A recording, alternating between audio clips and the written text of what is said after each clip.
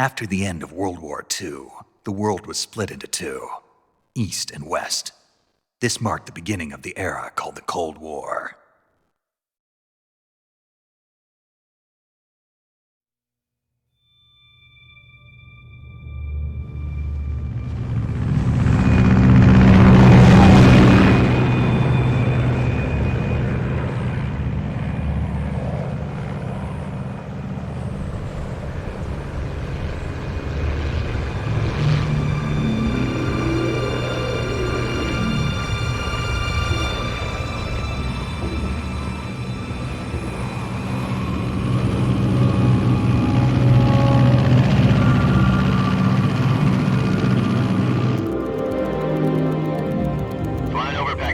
Altitude 30,000 feet. Approaching Soviet airspace. 20 minutes to drop off. Commencing internal depressurization. Equipment check. Arm main parachute. All right. You ready to go? Drop zone still showing a high pressure mass. Cav okay. Good. We've got high visibility.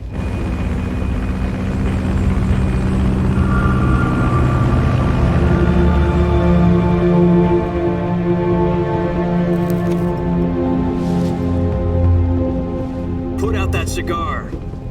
Connecting oxygen hose to interior connector. Put on your mask.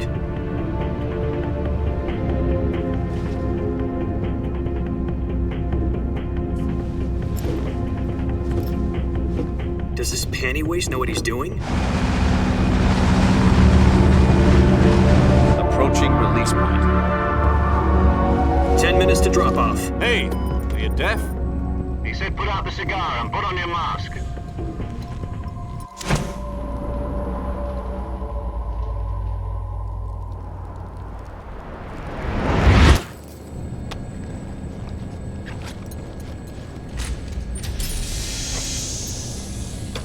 Depressurization complete.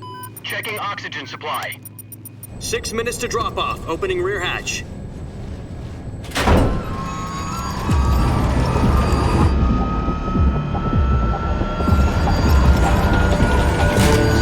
Sunrise.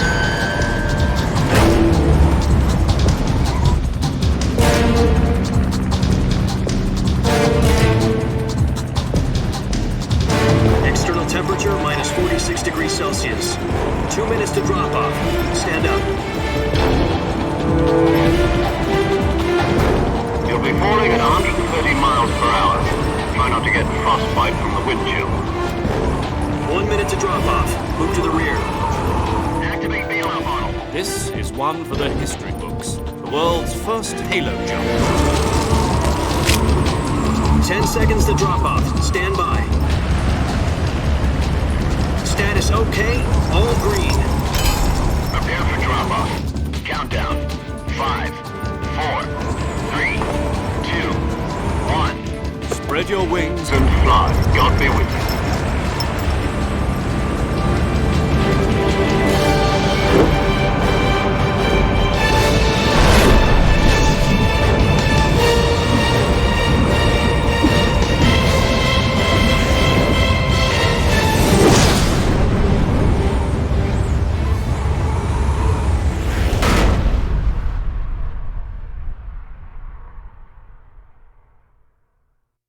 Jack, I've got some important news. The head of the CIA has finally given us the green light for the Virtuous mission. Virtual mission? No, the Virtuous mission. The future of our Fox unit depends on it. If it succeeds, we'll be officially organized into a unit. Virtuous mission? Sounds like some kind of initiation ritual. You know, don't get cocky. This isn't a training op. Right. So what exactly is this wonderful mission? Well, about 2 years ago, a certain Soviet scientist requested asylum in the West through one of our moles. His name is Nikolai Stepanovich Sokolov. He's head of the OKB-754 Design Bureau, one of the Soviets' top-secret weapon research facilities, and the East's foremost expert on weapons development. Sokolov? Isn't he that famous rocket scientist? The very same. On April the 12th, 1961, the Soviets achieved the first manned spaceflight in history. The Earth was blue, but there was no God. Well spoken. The rocket that carried Yuri Gagarin into orbit was the A-1, known as the Vostok rocket. Sokolov is said to be the man most responsible for the multi-engine cluster used in that rocket. After Gagarin's flight, Sokolov left rocket development to become the head of the newly established Design Bureau. From a lowly technician to head of a design bureau, that's quite a success story, so why do you want to defect? It seems he'd become afraid of his own creations. Afraid? Call it a crisis of conscience. And for that, he left his country and his family behind and went over the fence? Not exactly. One of his conditions was that his family was also to be taken safely to the west. We used a mole to get the family out first and succeeded in sneaking Sokolov over the Berlin Wall shortly afterwards. I was the one who conducted the operation. The security on the eastern side was still full of holes back then. Then what? We got Sokolov over in one piece, but the whole ordeal had left him exhausted, and we checked him into a hospital in West Berlin. It took him 2 weeks and more than 600 miles to get from the research facility in the Soviet Union to Berlin. He was in no condition to say anything coherent. And it was only a week later that we had something much bigger on our hands. The Cuban Missile Crisis. October the 16th, 1962, President Kennedy received word that the Soviets were in the process of deploying intermediate-range ballistic missiles in Cuba. The President demanded that the Soviets dismantle and remove the missiles. At the same time, he announced a naval blockade to prevent further missile shipments from reaching Cuba. But the Soviets didn't back down, instead placing their armed forces on secondary alert. Soviet transport ships carrying missiles continued on course towards Cuba. US and Soviet forces went on alert for an all-out nuclear war. Frantic negotiations were conducted through the UN's Emergency Security Council and unofficial channels to end the hair-trigger standoff. Finally, on October the 28th, the Soviet Union agreed to remove its missiles from Cuba. And so the world avoided a nuclear holocaust. But in order to get the Soviets to pull their missiles out, we had to make a deal. You mean the one where the US agreed to remove its IRBMs from Turkey? No. The Jupiter IRBMs deployed in Turkey were obsolete, and we were going to get rid of them anyway. They had no strategic value whatsoever to either the US or the Russians. The Turkey deal was a ruse, a cover story that was fed to the other intelligence agencies around the world. So what did the Russians really want? Sokolov. They wanted us to return Sokolov. You mean the Soviets pulled out of Cuba just to get their hands on Sokolov? That's right. What the hell was he working on? At the time, we had no idea. We were running out of time. It was either give up Sokolov or risk full-scale nuclear war. In the end, we had no choice. President Kennedy gave in to Khrushchev's demand. The next day, I got Sokolov out of the hospital, handing him over to agents on the eastern side. Sokolov kept on screaming, "Save me," until he disappeared from my side. Then a month ago, we received some new information from one of our moles. About Sokolov? Yes. He was taken back to the research facility and forced to continue working on the weapon in question under KGB supervision. What's more, it's on the verge of completion. So what kind of weapon is it? Something to do with space rockets? No, missiles. Same technology. I guess you're right. We don't know the details, but it appears to be a new kind of nuclear device. For half a year now, the Soviets have been conducting frequent nuclear tests at Semipalatinsk. Something to do with the weapon, I assume. We're talking about a secret weapon so big that Khrushchev was ready to pull out of Cuba to get it back. Is Sokolov still in the facility? No. According to our intelligence, he's in Selinoyarsk, a place in the mountains about 3 miles to the west that's known as the Virgin Cliffs. The Virgin Cliffs. Nice name for a virtuous mission. They moved him there just recently. Why? Apparently, they're conducting a field test of the weapon, but it's our best chance to get him back. This mission would never have been possible if he was still in the research facility. This is our last chance. Sokolov must have known that too when he contacted us.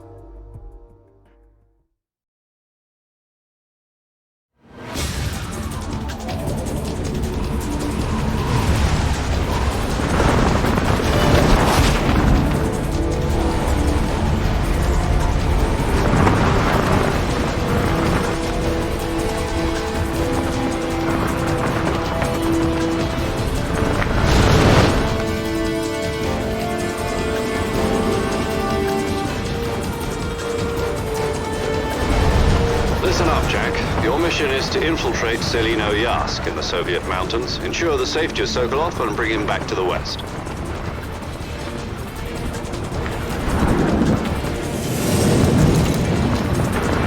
If we don't get Sokolov back before that weapon is complete, we'll be facing a major crisis. The clock is ticking.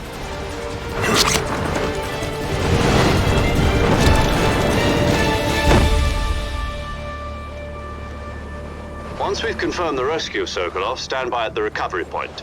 A recovery balloon will be dropped at that point. Helium will be pumped into the balloon to inflate it. The process takes about 20 minutes. Once it's complete, the gunship's arm will latch onto the balloon and pull it up. The Fulton surface-to-air recovery system. I'm familiar with the theory. Take it easy. It's been combat-proven. Do you think Sokolov is up to it? The shock will be less than during a parachute jump, and the arm can handle up to 500 pounds. So you're planning on going over the border in a single combat talent? She's equipped with two 6-barrel 20mm Vulcan cannons, as well as two 40mm machine guns. Sounds like she could hold her own against a battalion of tanks. Even with the fuel in the reserve tank, we're facing a 4-hour time limit. If all goes well, it shouldn't take more than a few hours. Home in time for dinner. But if anything goes wrong, You'll be eating dinner, breakfast, and all the rest of your meals in the jungle.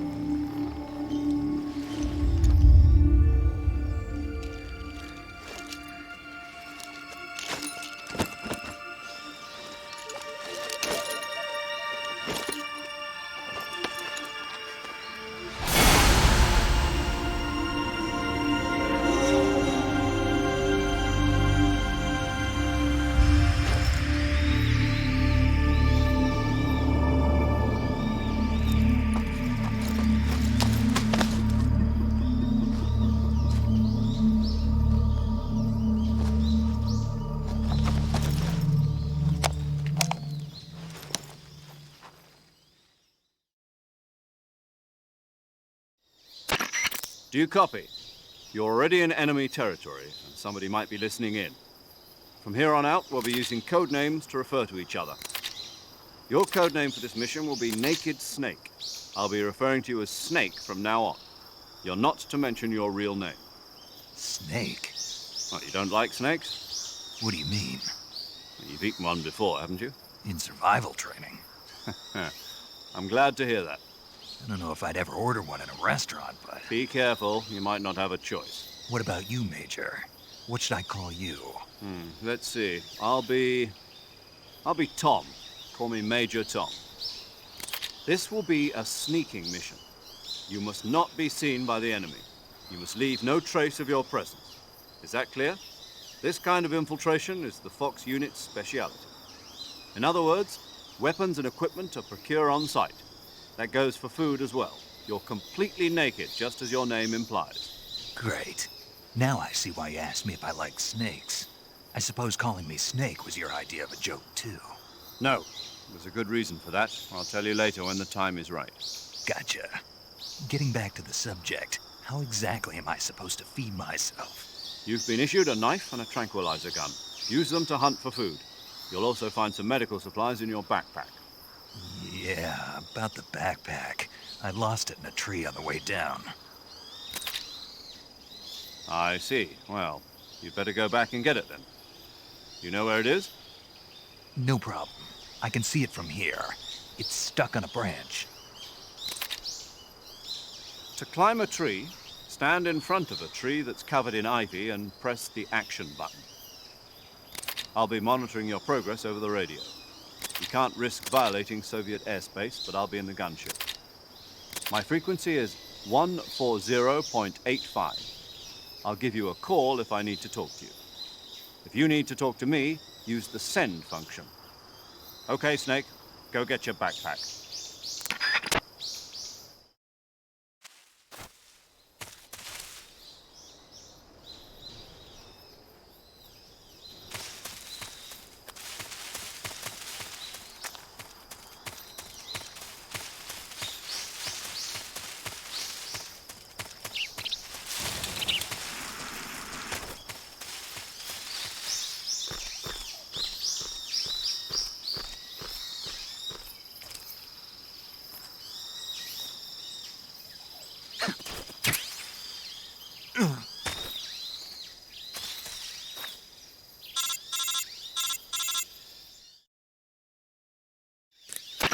I see you've retrieved your backpack, Snake. To equip a weapon, it's necessary to take it out of your backpack. In the survival viewer, choose Weapon from the backpack. Your available weapons will be displayed in a window in the upper left. From that list, choose the weapon you want to equip and press the Enter button. For other equipped items, just do the same thing from Item. Got it. Use the survival viewer backpack. Yep, that's right. Survival is fundamental to this mission. After you've been out in the field for a while, your stamina will start to drop. If your stamina gets too low, it'll affect your performance. You won't be able to shoot accurately, for example, and your wounds won't heal as smoothly. Keep an eye on your stamina so you don't run out. To recover lost stamina, you can hunt for local flora and fauna. You can use either your tranquilizer gun or your knife to hunt. My only weapon is a Mark 22 Hush Puppy tranquilizer gun? That's right. It's been fitted with its own suppressor. However, the suppressor will deteriorate every time you fire. Once its durability reaches 0, the noise suppression effect will be gone. So don't get too trigger-happy with it. The suppressor's durability is shown in the icon. Any weapons and equipment beyond what you're carrying now, you'll have to find as you go. I have to find my own weapons and equipment? Whose crazy idea was this anyway? Solo covert actions are standard Fox operating procedure. You can't leave any traces of your presence. No weapons, equipment, footprints, sweat, or bodily waste. The same goes for bullets and cartridges, too. Your presence in enemy territory is already a violation of international conventions of warfare. There aren't supposed to be any American soldiers in Russia. It could spark an international incident. You can't let anyone see you. You can't let the enemy know you're there. This is a stealth mission. You're a ghost, Snake, in every sense of the word. And there'll be no rescue if you're captured. The military and US government will deny any involvement in the affair. Then I'll just have to take care of myself, huh? I'm afraid so. You've been given a fake death pill for that purpose. SIS guidelines stipulate that soldiers on covert ops like this one be issued a potassium cyanide capsule. Tape it to your body so you can take it when you need to. How generous of you. Use it if you're taken prisoner by the enemy. It'll send you into a state of false death for a short time. Fooling them into thinking that I'm really dead. So, how do I come back to life? Just take the revival pill.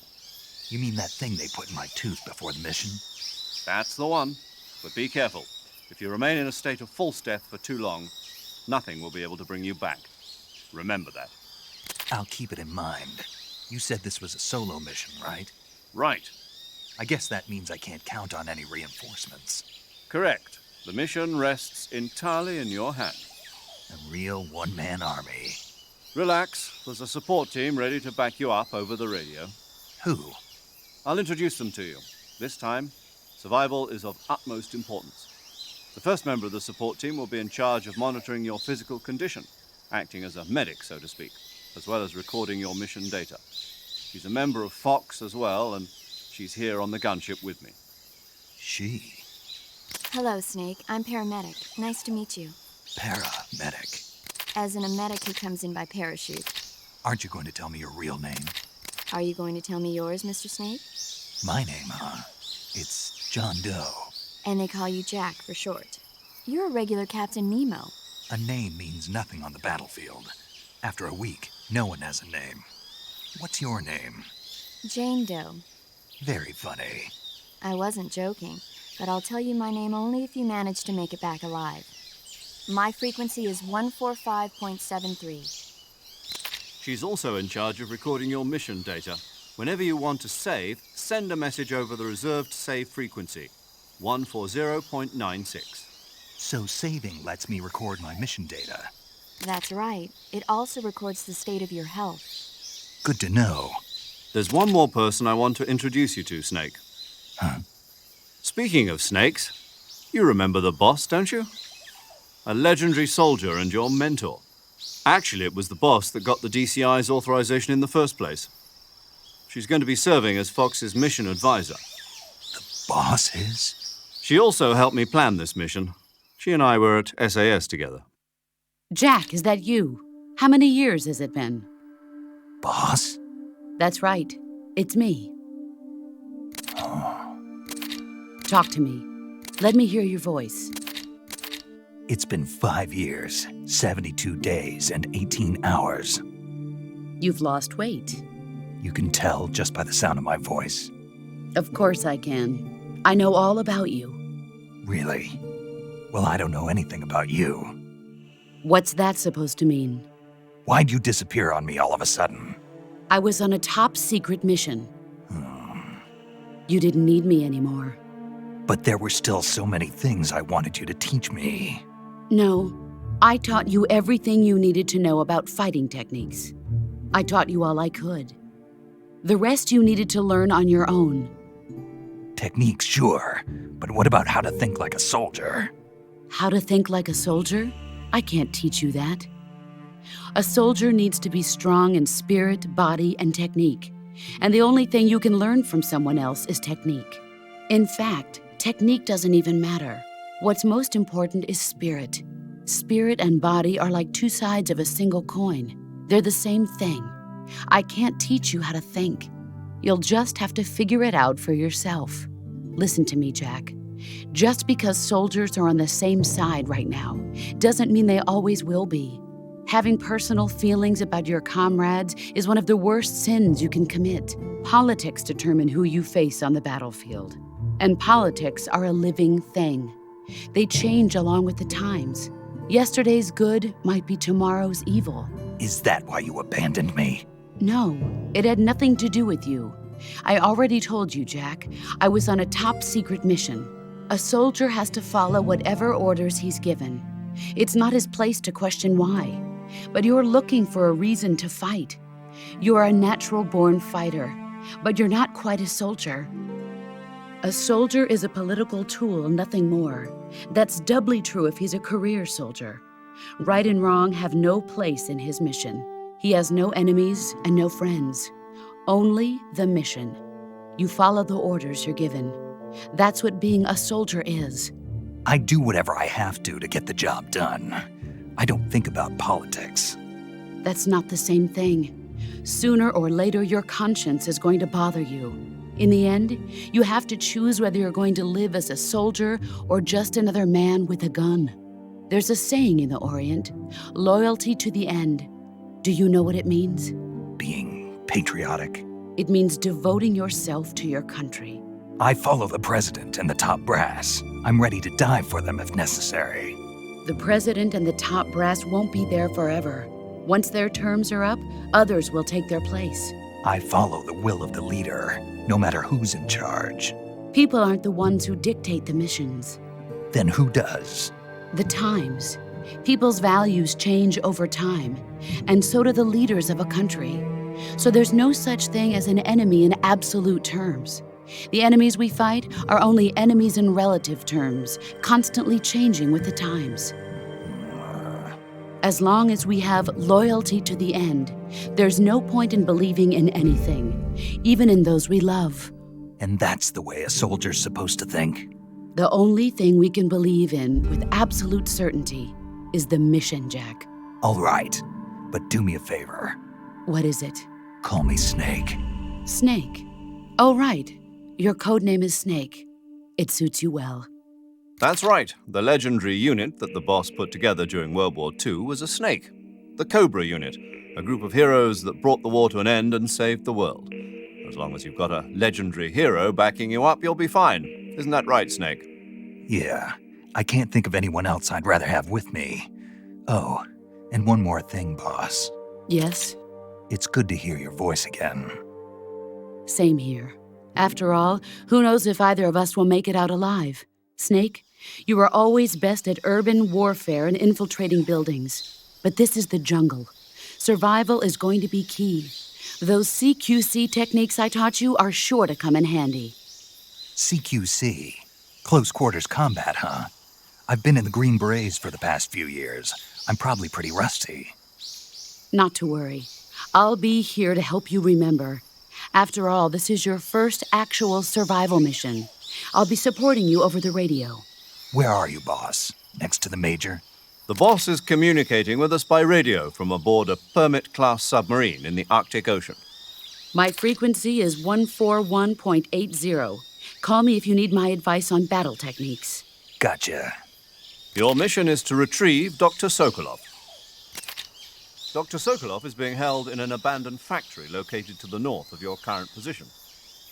Avoid heavy combat and don't let anyone see you. Don't forget that this is a stealth mission. Snake, try to remember some of the basics of CQC.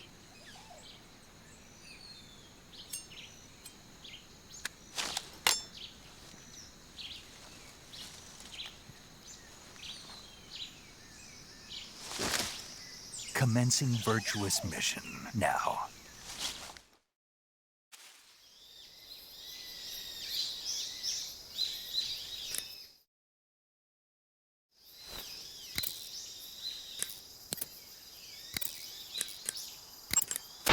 Saving the game, Snake?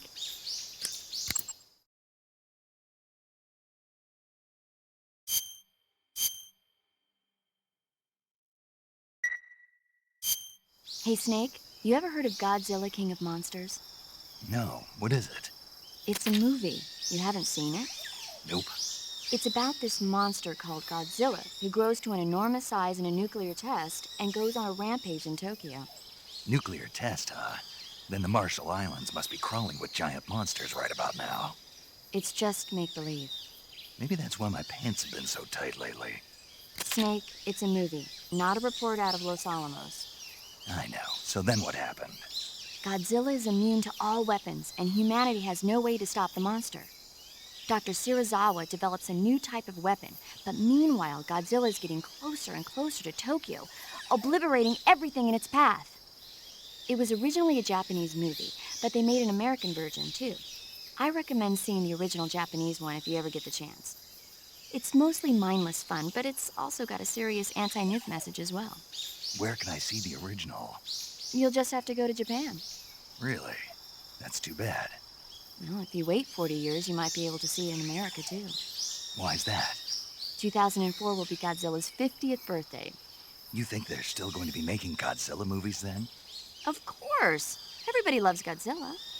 You sure know a lot about movies. I don't suppose you're the movie-watching type, are you? Not really. Okay, then I'll tell you everything I know. When the going gets tough, movies can save your life. It's always good to be able to look at things from a different perspective when you get in a jam. That's the magic of movies. No kidding. Well, I guess it might at least make a nice distraction. That's the spirit, Snake. Have a little fun.